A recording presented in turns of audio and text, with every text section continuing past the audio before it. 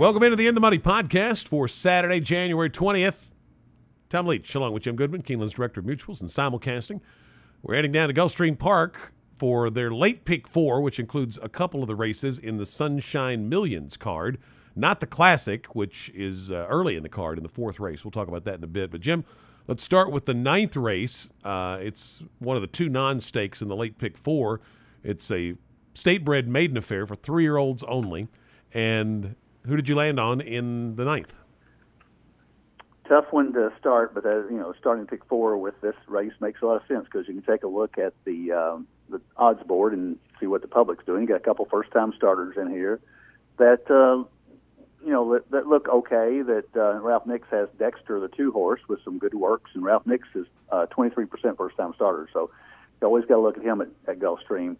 I went with the 4-horse Moon Pistol, Le Peru, and Angel Pinna. Horse didn't show much first time out at Gulfstream, but and didn't get much betting action, but didn't have a chance. Got slammed at the start, but came back with a good work on January 15th. So just taking a little shot with Le Peru here. But when we talk about Spit 4, I'm going to use multiple horses here, including the 9 Serra Unta Volta and the 10 Noble Drama, which is probably the most likely first-time starter to be live with Irad Ortiz up. But a little bit of a very tepid nod to Moon Pistol, the 4, with Noble Drama, the 10, probably my second choice. There are 3 first-time starters that I was intrigued by in here. Dexter, Lennox, the 8 for Stanley Gold, and the 10 you mentioned for Fox and Ortiz. The other one that I'm throwing in is the 6, not a first-time starter, but Saez is riding so well. So just on the fact that his agent's been picking good spots, I'm going to take the 6, Bryony Marlin, and throw him in as well. And probably include your 4-horse also. So 2, 4, 6, 8, 10. Very orderly for me in that race. The 10th, Sunshine Millions Filly and Mare Turf at 1 mile and a 16th on the grass. I didn't have a strong opinion here. I went to Daddy's Boo. I like the potential controlling speed there. Starship Jubilee, the 4, 6 wins at Gulfstream is certainly impressive. Bitacora, Peter Walder claim. So on that angle, I would throw that one in. And then I'm also going to throw in the 10, Joe's de Sanamu. 5 career wins and 4 of them at Gulfstream. So just on that horse for course angle, I'm going to throw the 10 in as well. But 6 Daddy's Boo is going to be the win pick for me in the 10th. How about you? She would be my second choice. I stuck on the 4-horse Starship Jubilee, the 6 for 11 at Gulfstream. The good effort last time out in the stakes at Gulfstream on December 2nd seems to set her up well for this one, even though it's a little bit of a layoff. I count that as the second race off a layoff. It's not been that long since December 2nd.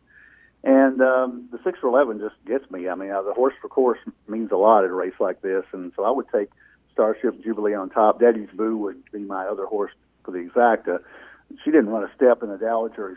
She got the lead, but then she just gave it up so easily, and then they didn't persevere with her. If you take that race out, the races before that, she was almost 5 in a row before that. So she certainly got probably the class of the race and likely favorite, but been off since October 22nd. I'm going to say that she might need a race. Starship Jubilee might have a little bit of an edge on her, in my opinion. I would use both those in the pick 4. I also throw in, I'm going to single Starship Jubilee in my pick 4 when we talk about it, but you almost talked me into Daddy's Boo, and looking back at those last 5 races. Surprise Wedding, the 8-horse, is another one I think had a shot at getting the money with David Fox, and the Joe's de Sanamu outside also has a chance. 4 for 10 at Gulfstream. So Starship Jubilee is my pick in the 10th race. 11th race is the Sunshine Millions Sprint. Got a big favorite in XY Jet down on the rail. Can you beat him? Well, I thought he was beatable last time out when he came back off a long layoff, a 13-month layoff, and he looked pretty impressive in Mr. Prospector, and that sets him up well for here. So I think he's going to be 3 to 5. Hard to argue against him, but I think Shake of Shakes, the 7-horse for Mike Maker, getting better. This is a big step up in class, but Jose Ortiz is riding really well, and then Maker's is doing well at Gulfstream as well, 20% win clip. And then the other horse that I like, Bold Envoy for Todd Pletcher. Pletcher's been tearing it up at Gulfstream the last couple of weeks, and he's winning at a 29% clip at Gulfstream. Seems like every day he gets 2 or 3 winners. And this horse has only run 3 times And last time out, optional claimer won by 4 3/4. They're moving up the stakes race competition, and only 3 lifetime races has a lot of room to improve. So I think I'm going to take a swing against XY Jet. Obviously, going to use him. Shake of Shakes would be my pick if you made me take a winner at 5 to 1 or better. Just to pick the most likely winner, I'd have to take XY Jet. But for the purposes of a pick 4, I'm also going to use Bold Envoy. I'm with you on that Pletcher horse. I want to have a second horse in this race because if you can beat XY Jet and you can be on the right horse, it could really boost the pick 4 payoff. And Bold Envoy, first start for Pletcher was impressive, and I've just seen these before. First time in the Pletcher barn, he gets a race in them, and then sees how good they are, and then picks the next spot. And so I think this one could be very live in the Sunshine Million Sprint. 12th race is a maiden claimer, 20K, 7.5 on the turf, so it's a short run to that first turn. I'm not wild about outside posts on that. I'm taking the 3 of the top choices: New Atlas, Bernini, Stay on Base, 2, 5, and 9. No real strong opinion there, so I'm just going to take I couldn't make any case for any of the prices, so I'm going to take the top 3 and be comfortable being live to those if I can get the other 3 races picked. How about you? Yeah, it's a weak race to take a strong opinion on. I did like the 9 a little bit, dropping out of 50,000 to 20,000. Stay on Base for Edgar Zayas. The trainer is not a very high percentage trainer, and I'm like you. The outside post positions don't normally do well in that turf course. The rail's at 60 feet, so he's got a little bit more room there. But New Atlas, I just don't trust him. He's 0 for 6 and really has dropped from maiden special to 50 to 25 and now to 20. It's kind of horses that burn a lot of money, I think. And the 4 Manhattan Project was a first-time starter that I thought looked okay in here, especially if you go back a couple of works. So I'm going to go 5 deep in the pick 4 in here with a 2, 4, 9, and then the 10 and the 12. I put them in there because I think they're good enough to fit, but I don't like that outside post. So I'll probably just use the 12. Because I don't want to toss that horse dropping from 50 to 20. So go 4 deep there with a 2, 4, 9, 12. So recap your pick 4 ticket for us. All right, my pick 4 ticket, I'm going to rethink my single. I'm going to throw your horse in there and take one out in the last leg, I guess. So I would go 2, 4, 5, 9, 10, which is Dexter, Moon Pistol, Frankie Apps. The 9 is Sarah Una Volta and Noble Drama. So first leg, 5 deep. And then I still like Starship's Jubilee, the 4 in the 10th race, but I'm going to put Daddy's Boo in there as well. So 4, 6 with 1, 5, 7 in the 11, which is XY Jet. Shake of Shakes is the 7, my second choice, and Bold Envoy the 5. So 1, 5, 7, 3 deep there. And then go 4 deep in the last with the 2 New Atlas, the 4 Manhattan Project, the 9 Stay on Base, and the 12 Tincos. So I'm going to go 5 by 2 by 3 by 4, it appears.